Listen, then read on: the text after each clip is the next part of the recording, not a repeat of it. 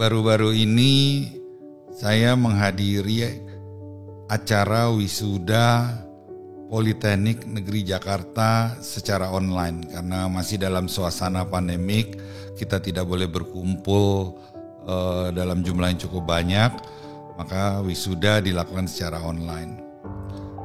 Saya yakin di bulan-bulan ini juga pasti banyak dari segala universitas baru melakukan wisuda terhadap mahasiswanya yang baru menyelesaikan program studinya. Pada semua mahasiswa yang nilai akademiknya baik, saya ucapkan selamat. Anda telah membuktikan bahwa Anda bisa menunjukkan menjadi salah satu yang terbaik. Pada mayoritas dari mahasiswa yang lulus dengan nilai rata-rata, jangan kecil hati. Saya juga lulus rata-rata waktu itu. Jadi Anda juga masih bisa punya kesempatan untuk menjadi CEO perusahaan, bahkan menjadi menteri seperti saya. Jadi terus berjuang, jangan pernah menyerah, jangan pernah kecil hati. Masa depan Anda masih terbuka lebar, tergantung komitmen dan kerja keras kalian untuk mencapai cita-cita tersebut. Karena belajar yang sebenarnya adalah belajar di lapangan nanti pada saat Anda bekerja. Anda juga tidak harus bekerja kalau memang sekarang mungkin lapangan pekerjaan agak susah karena habis masa pandemik, banyak perusahaan-perusahaan yang mengurangi jumlah pegawainya sehingga kesempatan untuk merekrut pegawai-pegawai baru menjadi kurang. Saat ini dunia udah begitu mudah untuk Anda untuk bisa menjadi pengusaha atau berusaha sendiri, di antaranya dengan memanfaatkan e-commerce. Jadi Anda bisa membuka toko di e-commerce, itu tidak memerlukan biaya sama sekali. Anda bisa menjual produk-produk yang unik, yang menurut Anda bisa disukai oleh consumer, dan mulai dari situ pelan-pelan Anda bisa berkembang. Nah, salah satu persoalan klasik yang kadang-kadang selalu menghantui anak-anak muda untuk melakukan usaha adalah masalah permodalan. Sebetulnya kita nggak perlu modal besar-besar untuk mulai usaha, apalagi kalau kita mau menjualnya dengan e-commerce. Dalam podcast saya sebelumnya, Anda bisa lihat kayak Aceh Connection dengan membuka gerai kopi sekarang dari satu, sekarang sudah jumlahnya banyak dan ada di beberapa kota. Paramita misalnya dengan menjual keripik kentang, itu omsetnya bisa ratusan juta.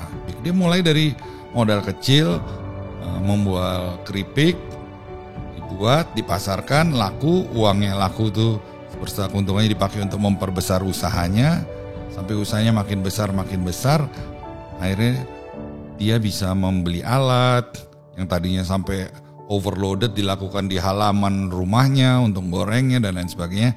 Sekarang bisa menyewa tempat, membeli alat-alat sebagai alat produksinya yang lebih proper gitu. Hal-hal seperti itu sebetulnya bisa diikuti oleh anak-anak muda, terutama yang baru lulus. Jadi modal bukan kendala, yang penting kemauan keras. Jadi kalau bikin keripik modalnya berapa sih awal-awalnya? Kan nggak harus bikin keripik 1 ton. Kita bisa mulai dari bikin keripik 10 dulu, kita jual ke e-commerce, laku bikin 20, laku bikin 30, dan itu ngulir terus. Karena kalau kita di e-commerce kan pembayarannya cash. Kita nggak perlu menyediakan capital untuk menyediakan account receivable atau modal kerja.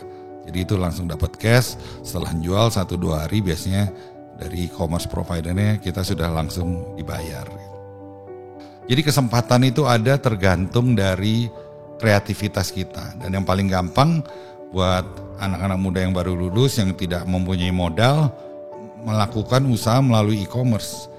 Jadi Anda bisa menjual produk-produk, misalnya yang paling gampang adalah pertanian lah. Sektor pertanian ini sekarang mata rantainya masih terlalu panjang.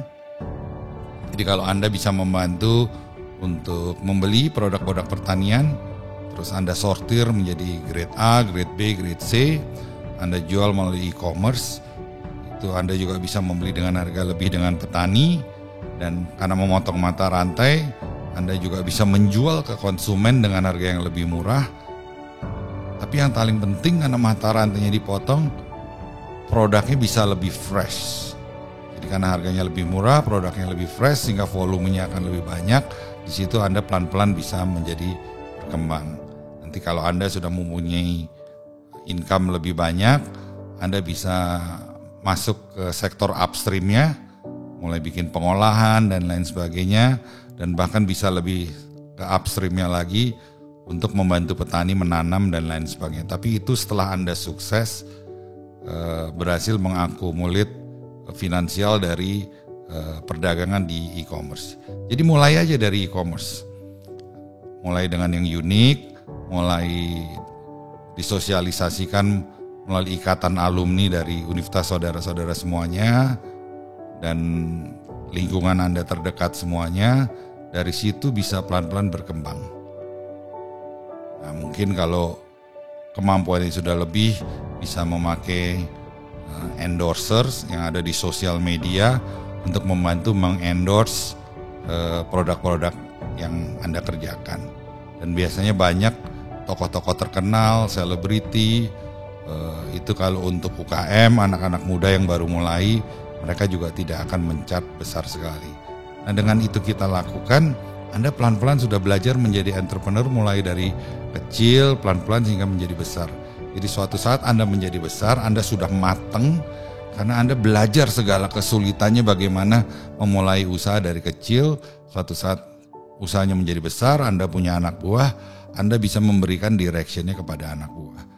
Dan di dunia sekarang orang sukses itu banyak anak-anak muda, 20-an, 30-an itu udah banyak yang menjadi orang-orang sukses.